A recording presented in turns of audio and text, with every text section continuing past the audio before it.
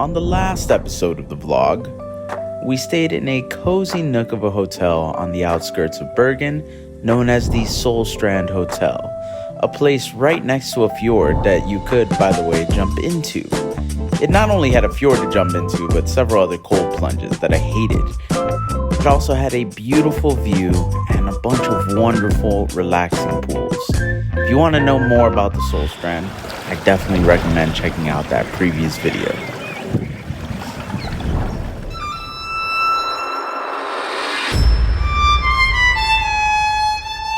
And now, today's video, where we explore a restaurant submerged in the ocean.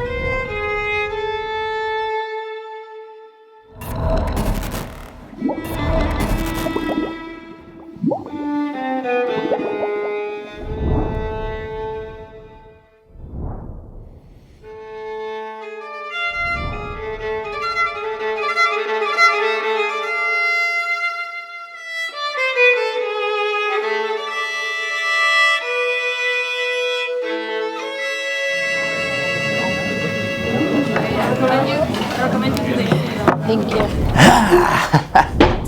Alright, it has been more than enough time for me to allow my thoughts to gestate and for me to really give a full-throated review of our very first Michelin Star restaurant, which was Under over in Norway. Now, when it comes to reviewing the meal itself, each individual course is going to be rated on 4 different criteria: flavor, creativity, presentation, and surprise. But you're gonna wanna sit tight because there are 18 different courses to review, and it is food the likes of which you have probably never seen before. And by the time we reached the dessert round, the chef had executed his dishes so perfectly that he convinced me to eat something that I vowed I would never eat in my life. So without further ado, let's hop right into it. So starting from the outside, when you first walk up to this building, it doesn't look like a full restaurant could exist inside of this small little space.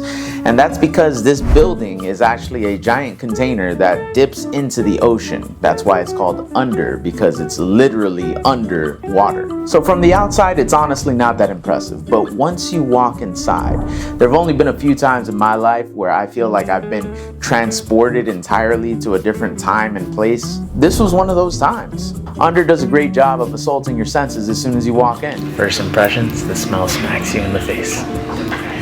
Michi doesn't like the smell. And that smell that we're talking about there is the smell of the ocean, like a seaweed that is like just ever present, permeating through the air. It certainly feels odd at first, but it's something that you very quickly get used to. And then when it's time for your reservation and you're led downstairs, you finally get the full scope of what you're walking into. And it's really incredible to see how they fit this whole big restaurant down here inside this building that from the outside looked like maybe 10% of this size. But prior to making it downstairs to the restaurant proper, you do the first 3 courses in an upstairs portion, which is literally at the transition point between being over water and underwater. They've got this cool little window that shows you literally the water line. Now for the first few courses, I'm gonna allow the restaurant staff to pick up the slack and explain to you guys exactly what you're looking at. Which is the limpet. Limpet are the sea snails living attached to the rock, and it's almost impossible to remove them without the help of the knife. But this one right in front of you are 100% edible. We made the replica from potatoes and corn flavor. So I have to say right off the bat that you immediately find out that you're not consuming a meal, but rather a work of art. This is not actually a sea snail. It's just something that's made to look exactly like a sea snail so that the chef can play with your senses as you eat. Now the first course, which are the limpets, received this score over here, and they set the stage for what's to come. Here was something, a meal that was served on top of a rock, a real rock from the ocean, and real sea sand and real plants all around it. I mean, this was wild to me.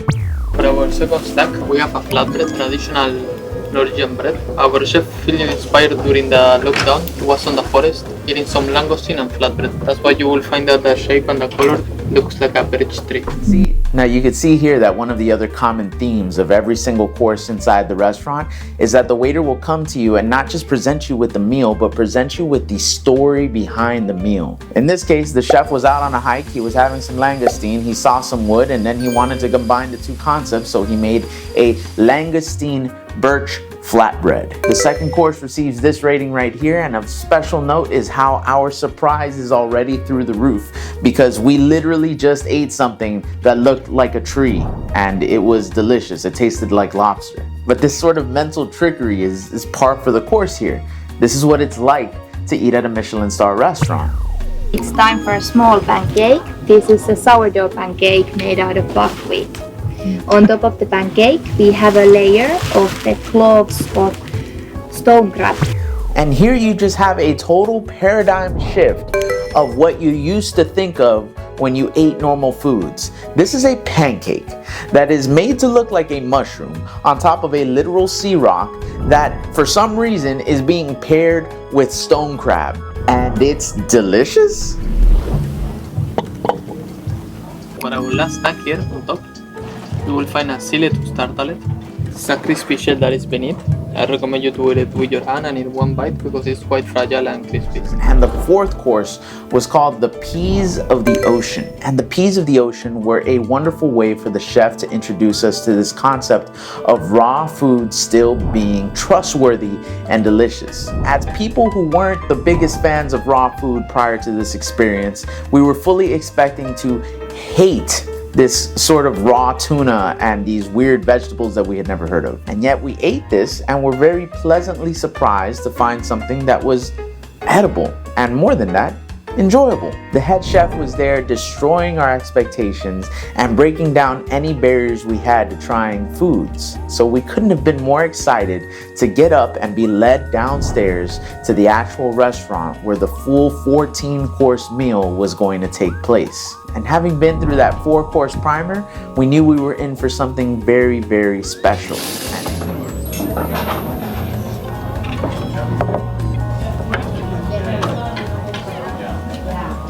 So over here we have our first clam of the evening. It's the carpet clam. This dish was inspired by a walk on the beach on a wintry stormy day when you will see the fog gathering on the shorelines. So course number 5 was the beginning of our proper dinner, and it was a clam that you had to scoop the food out of. And it was actually the first of 2 clams. That's so beautiful on camera.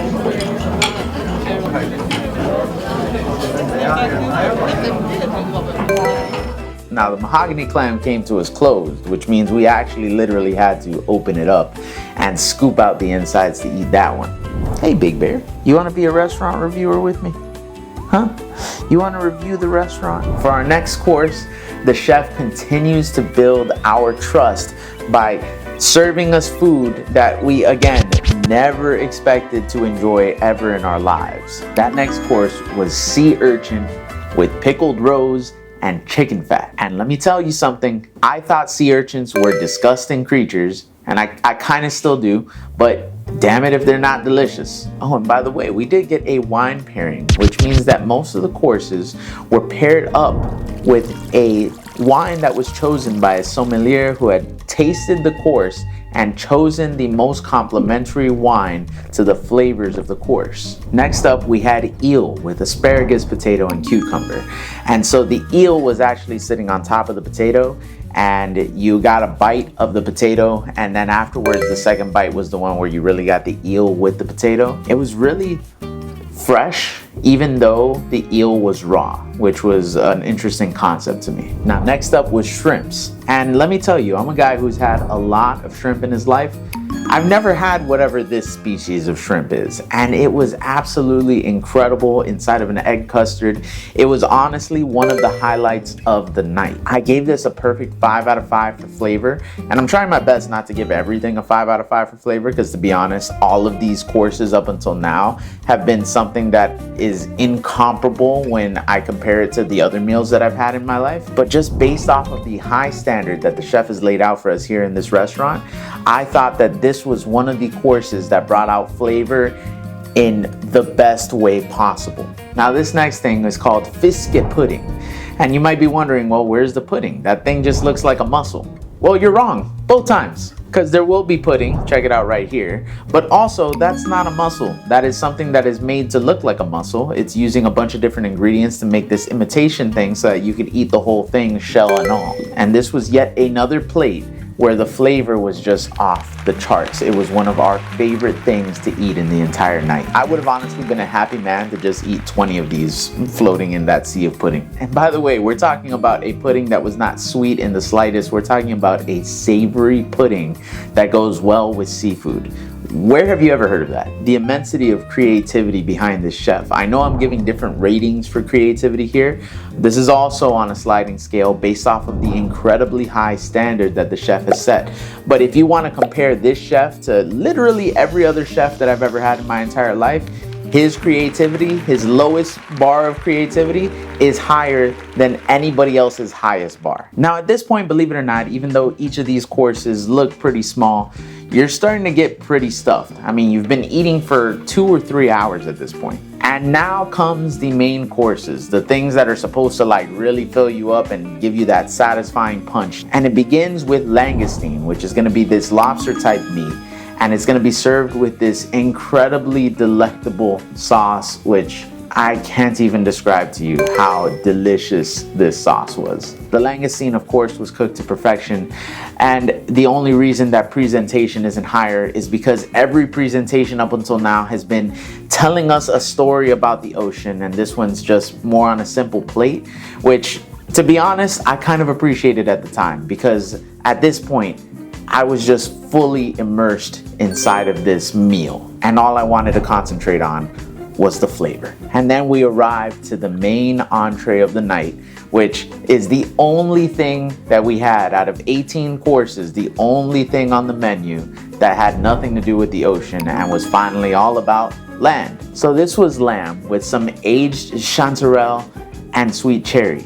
And yet again, the chef went and broke my expectation, because I've never ordered meats rare or medium rare even, and yet I found myself delighting in the exquisite delicacy of that just perfect lamb. So the lamb ended up going down as the perfect ending to this so far 12-course meal that included a bunch of appetizers and a couple of entrees. Oh, and by the way, the lamb came with these phenomenal meat patties.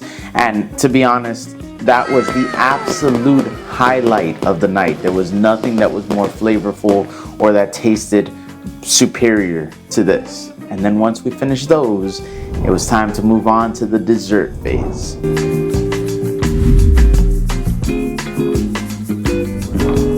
Now, prior to the dessert phase starting, we noticed that a couple of tables had opened up right next to the window. And so we asked to be moved right next to the fish, and since it's nighttime, I don't know, the fish were congregating in mass right next to us. Now, as I've been alluding to, the chef was breaking down our expectations and building up our trust in him. Trust that we needed to build up, because if he would have opened up with this dessert, I probably wouldn't have lasted through the rest of the meal. This first course of dessert, in other words, is something that is only made possible for my palate to properly experience because of all the courses that came beforehand. I promised myself that I would never in my life ever eat bugs. Bugs are the worst things in existence. If bugs went extinct tomorrow, I feel the world would be a better place. But here comes the chef of Under, serving me for dessert ice cream with a nice topping, not sprinkles, but ants. Oh, and did I mention that the ice cream is not like vanilla ice cream? This is seaweed flavored ice cream topped with ants. And you want to know something crazy? I enjoyed it. Now, if you know anything about me personally, you know that my arch nemesis in all of existence is bugs. So for me to enjoy anything that remotely considers an insect is an achievement the likes of which I cannot stress enough how incredible it is. Now, the next course on the menu, continuing on into our second dessert course, is something called yellow beets, which reminded me of a Hispanic flan. However, this flan, instead of being flavored like caramel or candy or something sweet, was also flavored like the ocean. Now, I can't really describe to you how weird it is to have desserts that still have flavors of like seafood, and it worked about as well as it could possibly work. However, this is where I finally have a critique for the chef, which is that perhaps let the sweets be sweet and take the seafood out of this finally. I think he could probably make one of the best flans that I've ever had in existence,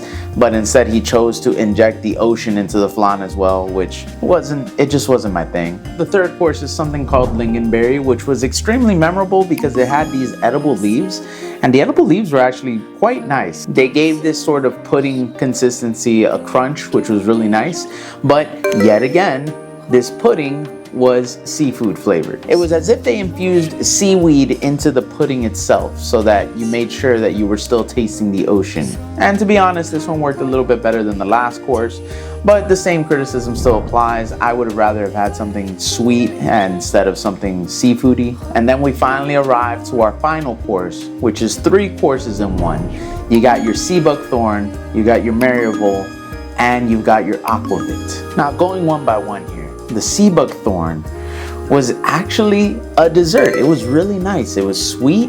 It didn't have the taste of the ocean in it, and in my opinion, it was just a really nice little jelly treat, and you're already stuffed up to your throat here, so you're like just trying to find room for this food, but every flavor is so new that you really want to experience it. This dessert was certainly unique, but it's nothing to write home about. Then you've got their marionville, which is, oh my God, that was one of the best things that we tried. Absolutely the highlight of the dessert round.